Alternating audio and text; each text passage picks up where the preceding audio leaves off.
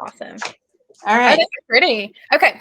Number one, how do you maintain an integrated curriculum, both horizontally and vertically, that engages all students in rigorous, relevant academic challenges?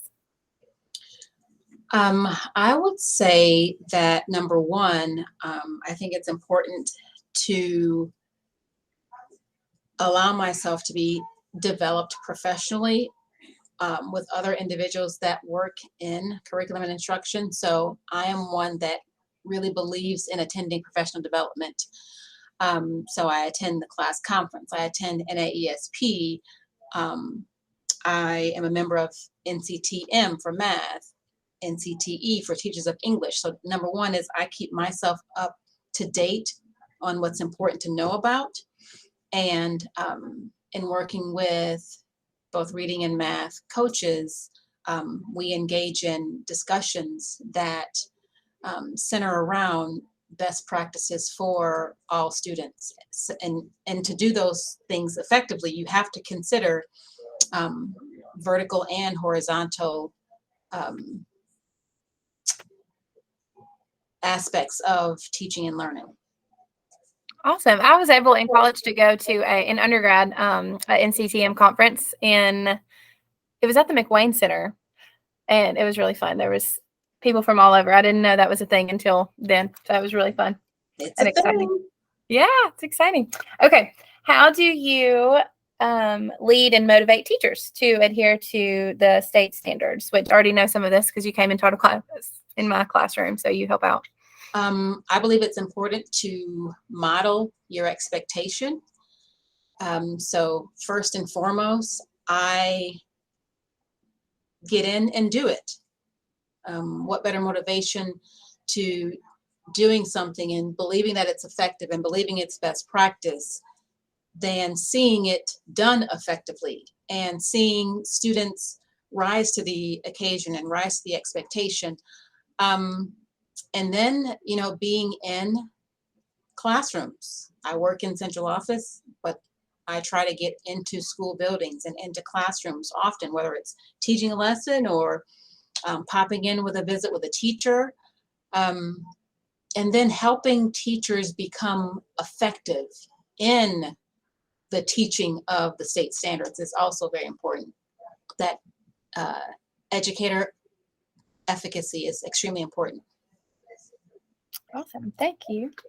What are the teachers' perception of you? So what is some feedback you've gotten from teachers about you doing all of that? I'm passionate. I get in the trenches. I am knowledgeable. I'm available. I don't know. You tell me. What do you think? I agree. I agree with all those things. For sure. Okay. How do you assess the instructional programs and the curriculum that we're using? How do you assess that it's up to par? Well, we had a committee that came together to dig into this curriculum and others to determine if it met the needs of our standards. That was step one. And we had different grade levels of individuals participate. And now that we're actually teaching it, we seek constant feedback on what they're seeing, what teachers are seeing, what coaches are seeing, what results are our students demonstrating, what's the level of mastery. So a lot of data analysis, a lot of anecdotal note taking, a lot of pulse checks along the way. That was actually the next question. How do you measure in the tools to assess the different things? Is there a specific diagnostic tool that y'all use to do that with, or is it just all of the above? We use iReady Diagnostic 3 times a year.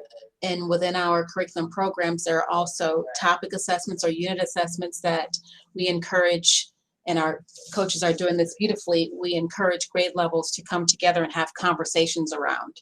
Mm-hmm. And the infusion, can you talk a little bit about the infusion of technology into classrooms that goes directly with the curriculum? Well, the curriculums that we have purchased have been purchased during, COVID, And Mhm. it was very important that we have the ability to integrate our curriculums with the Google Suite and be able to provide instruction to students, whether they're attending remotely or virtually, as well as in the classroom. So there's a great deal of technological accessibility and integration with both of our programs. And that technology helps our students to kind of be ready for the careers of the future, because there is a lot of technology heavy.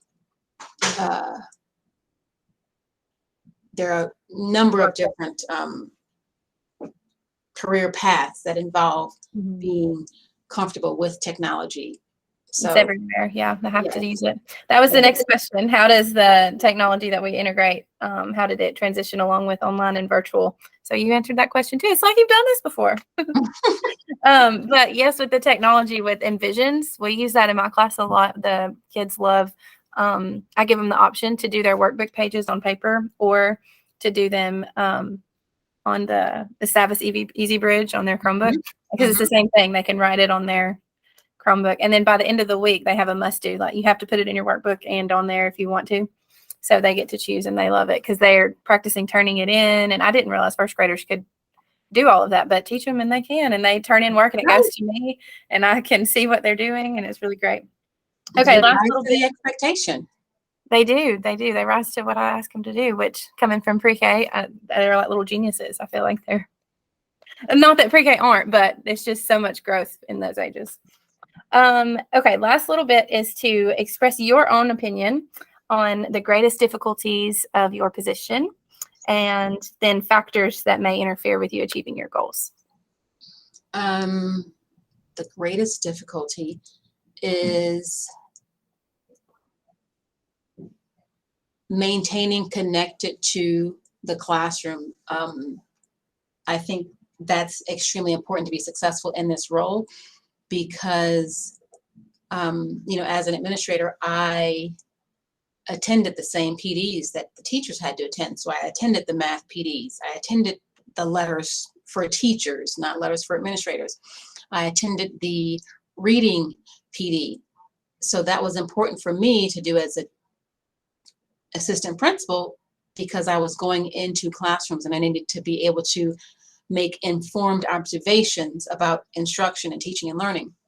Well, the same is true in this position, because now it's, instead of it being one school, it's 11 schools. So carving out time to go to the PD that is important for my position, but also still attending the PD for teachers. I'm attending Soundwall PD on the 26th because I'm not teaching in the classroom. I don't have a sound wall on my wall here, but it's important for me to know what I'm supposed to see when I see teachers talking about sound wall, or when I go into a classroom and I see a sound wall. So making sure that I stay up to date on classroom relevant PD, but also district leadership relevant PD is a challenge. And making sure that I, in all of that, have time to get into the classroom so that I see the effectiveness of the PD that we're deciding upon for our teachers. Well, I think you're doing it beautifully, wearing a million hats at once and going into, because it's not just, and Hoover City Schools is huge. So there's a ton of schools that you have to, it's not a tiny district. So that's a lot that you have to be at one time and do all the things. Yes. And just for the sake of the interview, could you please say your name and what your title is? My name is Akila Malpass, and I am the curriculum coordinator for Hoover City Schools at the elementary level. Awesome. Thank you so much. And on behalf of me and all of Jacksonville State University, thank you so much for doing this interview and taking the time out of your very busy day. I know you have so many million things to do, and we appreciate you. And I hope you have a great rest of your day and a great weekend. You too. Thank you. Thank you. Bye. Bye-bye.